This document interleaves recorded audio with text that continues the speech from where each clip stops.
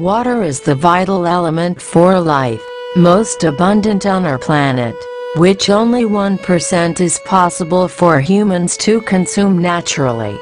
Water exists on Earth in three natural states: solid, as ice or snow; liquid and gas, or steam. Water on our planet has a movement called the hydrologic cycle. Naturally gets into the atmosphere where it evaporates, where together with other elements combines to give the formation of clouds, then falls as rain, feeding the subsoil. By filtrating it creates subsoil, water, lakes, rivers and oceans. In turn, it is absorbed by trees and plants, which together with sunlight, they create the photosynthesis. This process consumes carbon dioxide, or CO2 in the atmosphere, which in turn, through a natural chemical process produces the oxygen we need to breathe, creating an environmental balance. Following the discovery of oil, man has benefited beyond belief today. Most of the products we use are petroleum products, from agricultural, transportation, aviation, maritime, industrial, cosmetics, and countless of products we use in our daily lives. All this comes from oil, but because every day we are more populous in the planet, we require more oil to meet our needs. It is necessary to dig further to find it, and continue the exploration and perforation to find it. It is increasingly more difficult to find it in low depth. The deeper the depth, sometimes when drilling, the subsoil is more inexorable or rigid.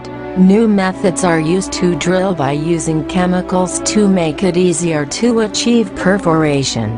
This is where we run into a major situation. By making a hole in the search for oil, water-based and oil-based fluids are generated. Water is extracted from bodies of water and underground rivers, and then chemicals are added for the drilling.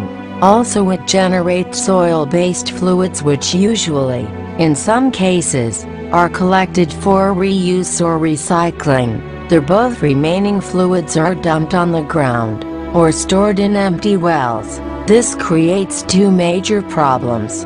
First, water gets contaminated, so between 1 to 8 million of gallons are consumed by each perforated well and cannot be recovered.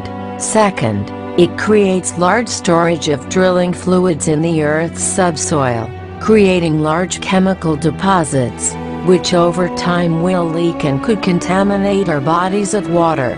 Briefly, drinking water also is running out. Therefore, based on the great need to find more oil each day, the millions of gallons of water used for drilling, and the creation by humans of large deposits of drilling fluids in the subsoil of our country, we created the project Center of Regeneration and Ecological Environmental Recycling. This company is designed to support the oil and gas industry of our country, creating solutions for utilization and conservation of water, by avoiding that drilling fluids are stored in our Earth's subsoil and contributing to elude a severe environmental impact. The project works like this. This project is designed for a service life of 50 years of operation. This project is based on the regulation of waste under Subtitle C of the Resource Conservation and Recovery Act, RCRA. The American Petroleum Institute, API, estimated 149 million barrels of that drilling wastes, 17.9 billion barrels of produced water and 20.6 million barrels of other associated wastes generated in 1995 were from exploration and production, E&P, operations. This company that we will create will receive all of the drilling fluids for oil and gas companies in the region, thereby avoiding excessive accumulation of fluid in the work areas. The fluids are stored in two different areas: area of water-based fluids, and an area for oil-based fluids. The project consists of 3 stages. The first stage, storage, for later sending it to recycling area. The second stage, the creation of a recycle center for drilling muds. The third stage, the creation of energy to sustain the project. In the first stage, is the reception area of fluids and sampling. Later the trucks are translated to the download area of water-based and oil-based fluids, where the muds pass through the immediate process of separation of large items, such as rocks, sand, and anything not liquid. Once stored is passed to a process that will recover the water and oil to be stored and can then be reused. By this method, petroleum and gas companies could reuse water without needing new water from our subsoil, and oil could be used again. In the second stage, by using various separation processes, we recover other materials such as barite, sand and aggregates. The barite can be used again in the drilling process, helping the industry to save resources and save in the purchase of mineral and different sands and aggregates, which may also be used in road industry at a lower cost. In the third stage, an area to generate biofuel will be built to produce electricity for the operation of the enterprise. Then microalgae farms will be created, that through the photosynthesis process, will create biomass, rich in fat. This fat will be extracted and through a process will become biodiesel. Biodiesel is a fuel that is 100% biodegradable, and therefore produces 0% contamination. Besides, it is highly profitable.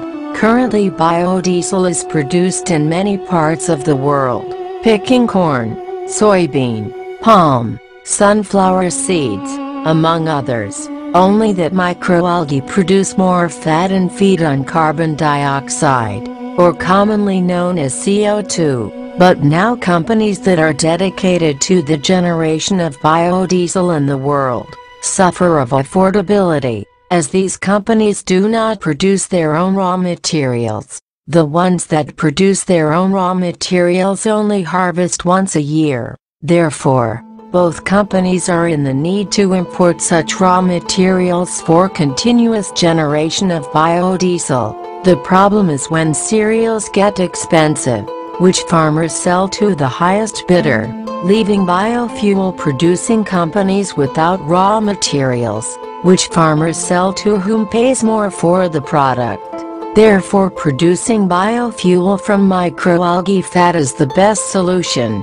The development of microalgae per hectare is up to 100 better and faster than the regular soil plants utilized for the production of oil. The microalgae are harvested every day, and have all the characteristics of a plant.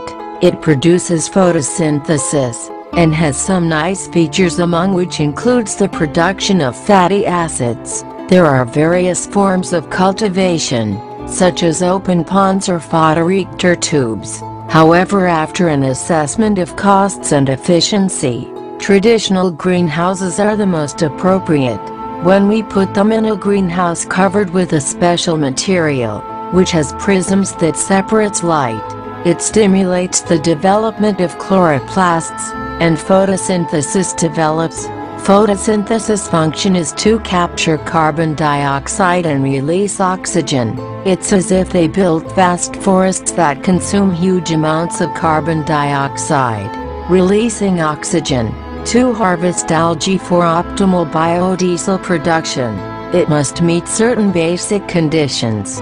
First, large quantities of water, which is obtained from the purification of drilling fluids, and a good amount of light to stimulate a constant photosynthesis process. Second, a large continuous supply of carbon dioxide is the main food for the algae. To accelerate the growth of algae, the carbon dioxide found in the environment, it is not enough. That is why you need to produce it. For this reason, the same biodegradable biofuel used to produce electricity will be sent to the greenhouses, which will be consumed by the microalgae. To get an idea of production of fit harvest corn, soybean, palm, sunflower seeds among others, compared to the production of microalgae, see the following. In 1 hectare, 2.47 acres, of soybeans produced 400 liters of oil equals 400 liters of biodiesel, equals 0.4 tons, equals 105.66 gallons. In 1 hectare, 2.47 acres, of microalgae produced 100,000 liters of oil, 100,000 liters of biodiesel equals 100 tons, 26,417.205 gallons, thus creating a company totally emission-free, fully sustainable and profitable. As we all know, the CO2 is the main cause of global warming. For this reason, by using this technology, we will contribute to the improvement of the environment. We will also have a 100% sustainable enterprise.